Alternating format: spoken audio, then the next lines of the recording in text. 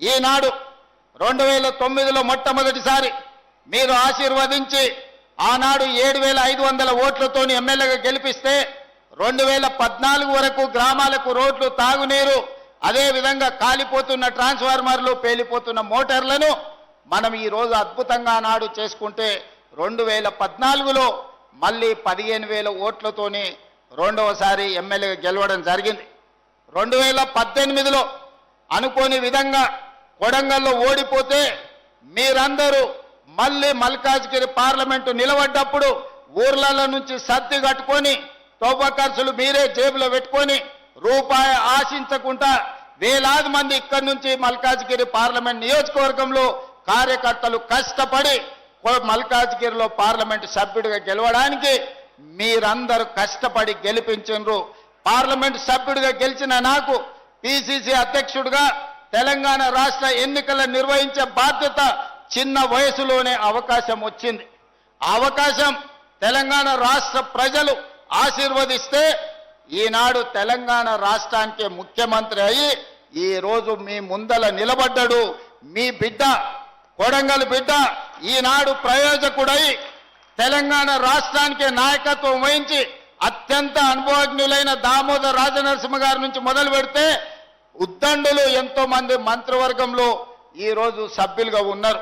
వాళ్ళందరి సహకారంతో ఈరోజు రాష్ట్రాన్ని ముందుకు నడిపించుకుంటూ ప్రతి సమస్యని పరిష్కరించుకుంటూ ప్రతి పేదవాడికి న్యాయం చెయ్యాలన్న ఆలోచనతోని పేదల సంక్షేమం, తెలంగాణ రాష్ట్ర అభివృద్ధికి రోజుకు 18 గంటలు పనిచేస్తూనే ఉన్నాం.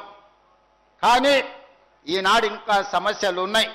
సాగునీరు కావచ్చు, తాగునీరు కావచ్చు, విద్య కావచ్చు, వైద్యం కావచ్చు, పేదలకు అందించే రేషన్ కార్డు కావచ్చు, ఇందిరమ్మ ఇండ్లు కావచ్చు, షాదీ ముబారక్ కావచ్చు, కళ్యాణ లక్ష్మి కావచ్చు, రైతు రుణమాఫీ కావచ్చు, రైతు భరోసా కావచ్చు, సన్న బియ్యం కావచ్చు, అదే విధంగా ఫీజు రియంబర్స్మెంట్ కావచ్చు.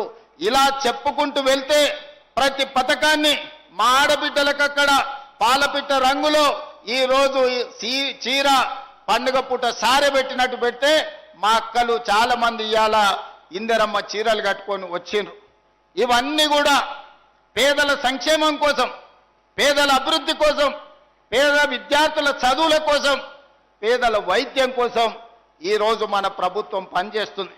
ఒకప్పుడు బడికి పోవాలంటే కొడంగల్లోళ్ళు తాండూరు పోయేది, బొమ్మరాజ్పేట వాళ్ళు పరిగి పోయేది, మద్దూరోళ్ళు నారాయణపేట పోయేది, దౌలతాబాద్ వాళ్ళు ఓసారి పోతే పరిగి లేకపోతే తాండూరు పోయేది, కోసుకోలేమో మహబూబ్నగర్ పోయేది.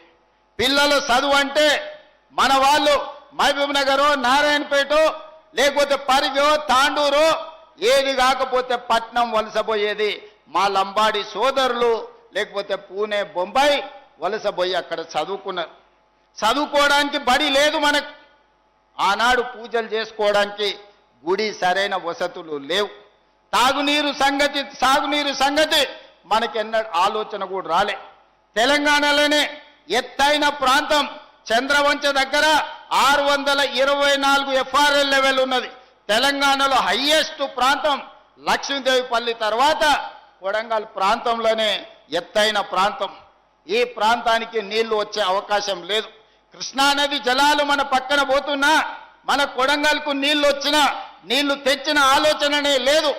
అయితే కందులు వండించుకోవాలి, లేకపోతే మా పేదోళ్ళు కల్తీ కళ్ళు దాగి బతకాలి.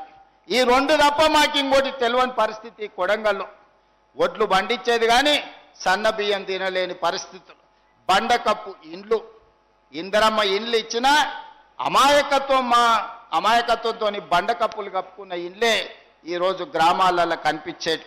అక్కడి నుంచి ఇవాళ ఏ ఊరికి రోడ్డు పోవాలన్నా, ఏ తండాలకు మా శంకర్ నాయక్ చాలా మంది ఉన్నారు. తండాలకు పోవాలంటే మా దేశ నాయకున తండాలకు పోవాలంటే బండి మీద, అంటే బండి మీద ఏడా సార్ దిగి నడుచుకుంటూ వాళ్ళు మనకు రోడ్లు ఎక్కడి సార్ అనేటోళ్ళు. ఆనాడు ఆ పరిస్థితి. ఇవాళ బొమ్మరాజ్పేటలో దాదాపుగా 70 చిన్న చిన్న తాండాలు ఉంటే ప్రతి తాండాకి రోజు రోడ్డు వేసుకునే పరిస్థితి వచ్చింది. ప్రతి గ్రామ పంచాయతీకి రోడ్డు వేసుకునే పరిస్థితి వచ్చింది. ఇవాళ కోస్గిలో కానీ ఎక్కడికి వెళ్ళినా ఆయల్లో సగం దూరం దిగి నడుచుకుంటూ పోయేది ఎన్నికల ప్రచారం అంటే. మరి ఇవాళ పరిస్థితుల్లో మార్పు వచ్చిందా లేదా? మా సర్పంచ్ సాబులు అందరూ, లీడర్లు అందరూ నా ఎదురుగా వేదిక ముందు వాళ్ళు ఉన్నారు.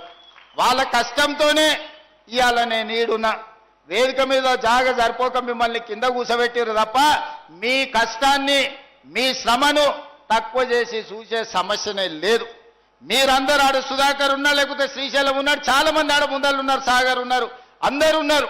మీరందరు కష్టపడితేనే ఇవాళ మనం ఈ స్థాయికి వచ్చినాం.